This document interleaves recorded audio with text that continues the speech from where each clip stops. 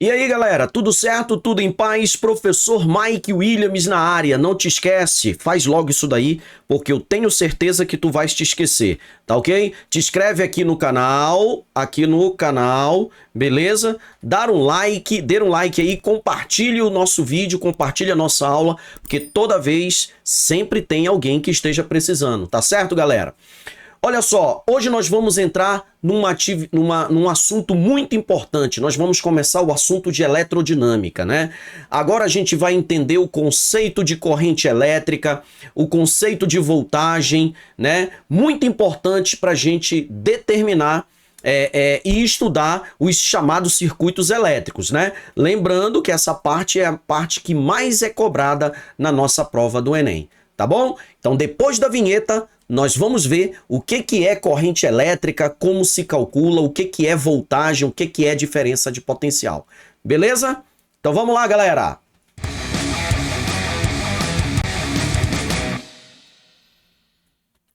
Tudo certo, então? Vamos lá! Não te esquece aí, ó, dê o like, compartilhe, te inscreve logo no canal aí, para não deixar para o final, que senão você acaba esquecendo. Tá ok? Galera, olha só, então nós vamos começar o conteúdo de eletrodinâmica. Nós vamos falar sobre corrente elétrica. O que é a corrente elétrica? Então, olha só, o que nós temos? A corrente elétrica, ela vai ser nada mais, nada menos que um movimento ordenado de elétrons, né? Como é que você ordena esses elétrons? Como é que você ordena? Se você fosse olhar um condutor, o que é um condutor? Um condutor é aquele que permite a passagem de corrente, tá? É aquele em que você vai ver o fluxo da corrente passando por ele. Se você fosse olhar no microscópio um condutor, você ia ver que os elétrons, eles andam todos bagunçados, eles estavam todos bagunçados em desordem no interior do condutor, tá? Quando você liga esse condutor a uma diferença de potencial, uma DDP, pode ser uma bateria, pode ser uma pilha, que é um gerador. Você ordena esses elétrons, tá? Você vai ordenar esses elétrons. E esses elétrons, eles vão começar a caminhar em um único sentido. Veja só, perceba que por convenção, então a gente vai convencionar que o sentido da corrente elétrica é o oposto ao sentido do movimento dos elétrons. Então os elétrons, um exemplo, vamos imaginar que eles vão caminhar da direita para a esquerda. Então a corrente elétrica, ela está no sentido contrário a esse movimento, tá? Essa corrente, ela vai estar no sentido da direita para a esquerda. Se os elétrons forem da esquerda para a direita, a corrente vai estar da direita para a esquerda. Beleza? Então, olha só, nós temos dois sentidos para a corrente. Nós temos o chamado sentido real da corrente. O sentido real, ele vai ser dado pelo movimento dos elétrons livres. E nós temos o sentido convencional da corrente, que vai ser dado pelo movimento das cargas elementares positivas. Seria uma maneira fictícia de pensar, mas nós temos que adotar esses dois sentidos. O sentido real vai ser dado pelo movimento dos elétrons e o sentido convencional que vai ser dado pelo movimento das cargas positivas. Beleza? Um exemplo em que a gente pode observar esses dois sentidos da corrente é na corrente iônica, né? Você percebe aí na corrente iônica que no desenho você tá vendo aqui, ó, são dois eletrodos, né? Duas placas, uma positiva e uma negativa, ligada a um gerador, a uma pilha. E aí você percebe que os elétrons da placa negativa começam a se deslocar para a placa positiva, né? E as cargas positivas da placa positiva, elas começam a caminhar para a placa negativa. Então esse é um exemplo em que você vê os dois sentidos da corrente, tanto a corrente real quanto a corrente convencional, a chamada corrente iônica, que acontece numa solução aquosa, né? No movimento de íons. Beleza? Bom, como é que nós vamos determinar a intensidade da corrente? Então nós vamos supor um corte, um pequeno corte nesse fio, nesse condutor. Nós chamamos esse corte de secção transversal. E aí você vai começar a conferir quantos elétrons passam por esse corte, tá? a quantidade de elétrons que vão passar por esse corte em um certo intervalo de tempo, nós vamos definir corrente, tá? Então a corrente, ela vai ser definida como a quantidade de carga dividido pelo intervalo de tempo. Beleza? Bom, qual vai ser a unidade de corrente? Carga é medida em Coulomb, tempo é medido em segundo, então nós vamos chamar essa unidade de Coulomb por segundo, né? Que é uma unidade mais famosa e mais conhecida, representada pela letra A, que nós vamos chamar de ampere. Tá? Pois bem, essa quantidade de carga nós vimos lá em eletrostática, né? Que a gente pode definir essa quantidade de carga como sendo N vezes E, o número de elétrons vezes a carga elementar do elétron, dividido pelo ΔT, que é o intervalo de tempo. Beleza? Bom, quando a gente mantém o sentido da corrente invariável, ela vai ser denominada como corrente contínua, né? Então a corrente contínua, ela é representada num gráfico, num plano cartesiano, onde o eixo Y é o I e o eixo T é o tempo, né? Então essa corrente, ela vai ser contínua, vai ser constante, tá certo? E aí o que acontece? Ela vai ser invariável no tempo, ela não vai variar no tempo, né? Ela vai caminhar sempre no mesmo sentido. Então nós vamos estar trabalhando com a corrente contínua, tá? Ou seja, a corrente contínua, ela é constante. Já se essa corrente se modificar periodicamente o seu sentido no decorrer do tempo, então ela vai ser chamada de corrente alternada. Então nós vamos representar a corrente alternada por esse gráfico aqui, né? Perceba que a corrente, ela sobe, desce, mudando de sentido periodicamente com um intervalo de tempo. Beleza? Então, olha só. Pode acontecer do cara te dar um gráfico na prova, né? E pedir para você determinar a corrente através desse gráfico. Como é que nós vamos determinar o gráfico da corrente versus o tempo, né? O que ele pode pedir para você? A corrente não, desculpa. Ele pode pedir para você a quantidade de carga desse condutor. Como é que você vai determinar a quantidade de carga desse condutor representado num gráfico, num plano cartesiano da corrente versus o tempo? Basta você olhar para essa figura formada, né? E através dessa figura formada, basta você calcular a área da figura. Você vai calcular a área, tá? Quando você calcular a área, vou colocar aqui para você. Deixa eu ver se eu consigo riscar o slide, né? Vamos lá, deixa eu ver aqui. Vou só ajustar aqui a minha caneta.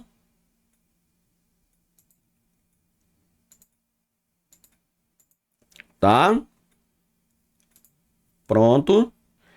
Então, olha só.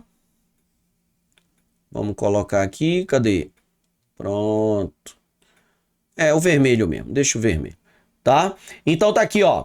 Então, quando você calcula a área da figura, essa área é numericamente igual ao quê? A carga, né? Nem precisou da caneta, já estava no slide.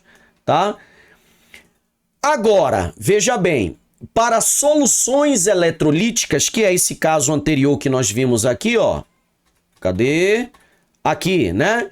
Para soluções eletrolíticas, como é que você vai determinar essa corrente? Você vai determinar essa corrente, vai calcular a intensidade média da corrente, ela vai ser calculada pela soma dos módulos das cargas dos íons. Você vai somar o módulo das cargas dos íons com a carga dos cátions e dividir pelo tempo. E aí você vai obter a corrente média. Mas tu só vai usar essa regrinha aí para soluções eletrolíticas.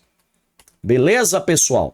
Vamos lá falar o que é intenção, o que é tensão elétrica, o que é DDP? Tensão elétrica ou DDP, né? Para a gente estabelecer uma corrente elétrica no interior de um condutor, você vai ter que ligar esse condutor a uma diferença de potencial, como eu falei para vocês inicialmente. Essa diferença de potencial, ela pode ser fornecida por uma pilha, por uma bateria, por um gerador, né? A pilha e a bateria são geradores. Então, os geradores é quem serão responsáveis em fornecer ao meu condutor uma diferença de potencial, uma tensão elétrica, tá? Então nós representamos assim o gerador, ó, isso aqui é uma pilha, o polo maior é o polo positivo, o polo menor é o polo negativo. Quando eu ligo os polos do meu condutor a esse gerador, a essa pilha, a essa bateria, eu produzo uma corrente elétrica passando no interior desse condutor. Tá certo? Então essa daí é a representação do gerador que vai aparecer lá no meu circuito. Tranquilos? Tá? Então, o que que nós vamos ter? Então nós vamos ter que a diferença de potencial, né? A DDP é o que nós chamamos de DDP, é as siglas, é as iniciais da palavra diferença de potencial DDP. Ela vai ser dada como sendo a diferença, né? O nome já está dizendo, entre a voltagem no ponto A menos a voltagem no ponto B. Então você vai subtrair as voltagens para você obter a diferença de potencial, tá? E aqui um exemplo de como funciona no interior de uma pilha, como é que ela fornece essa voltagem, por exemplo, para acender uma lâmpada, né?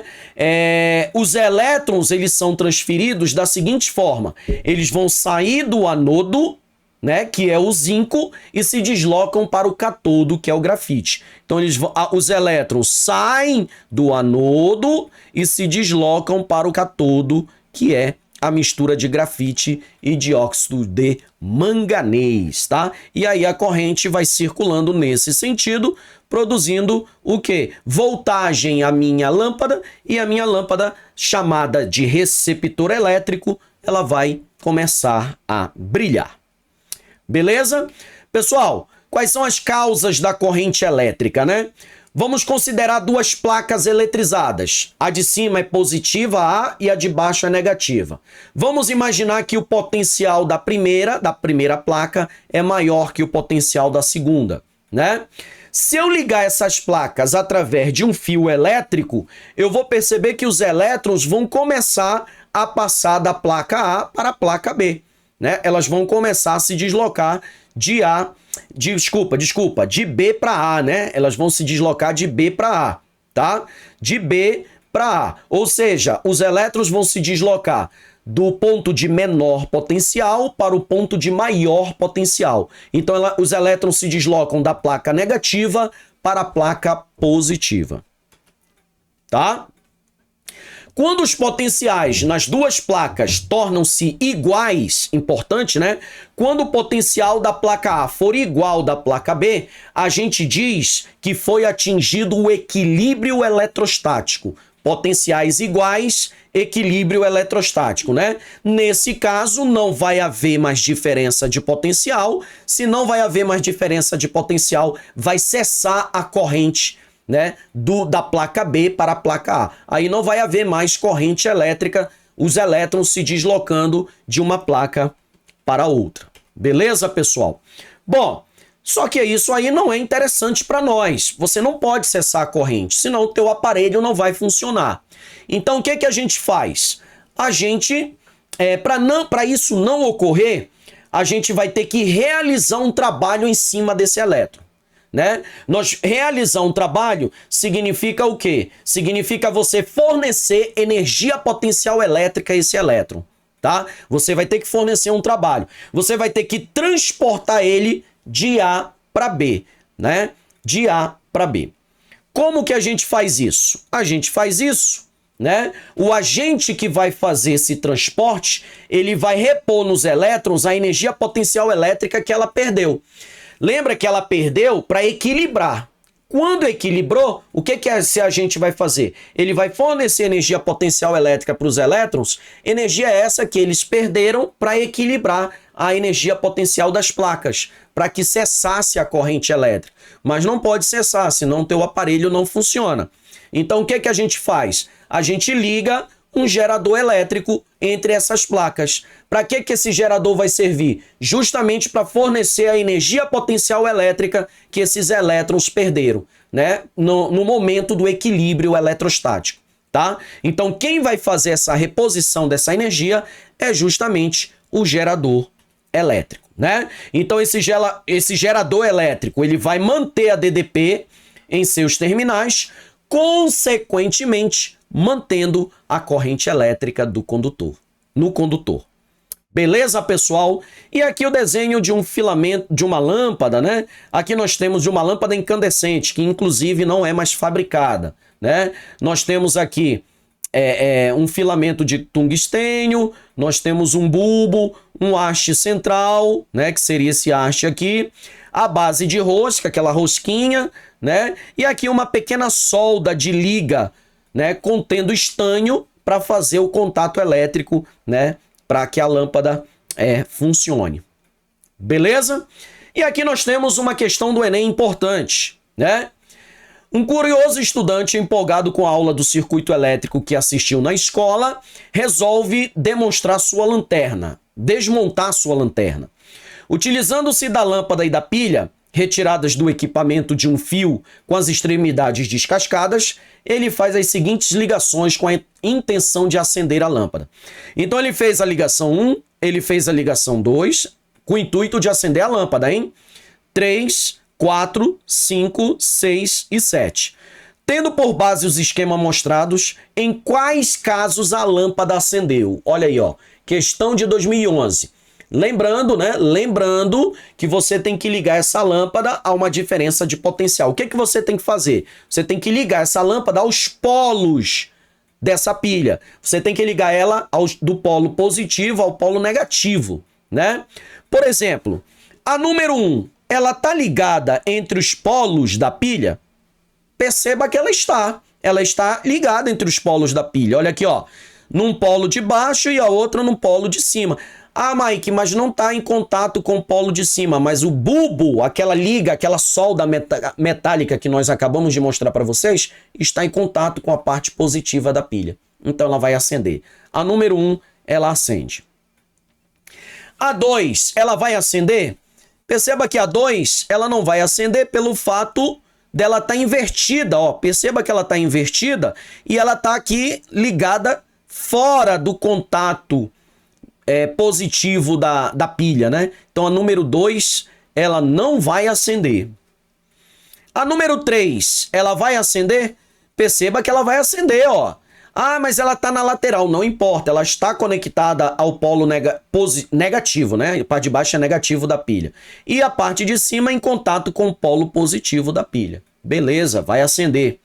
A número 4 não acende.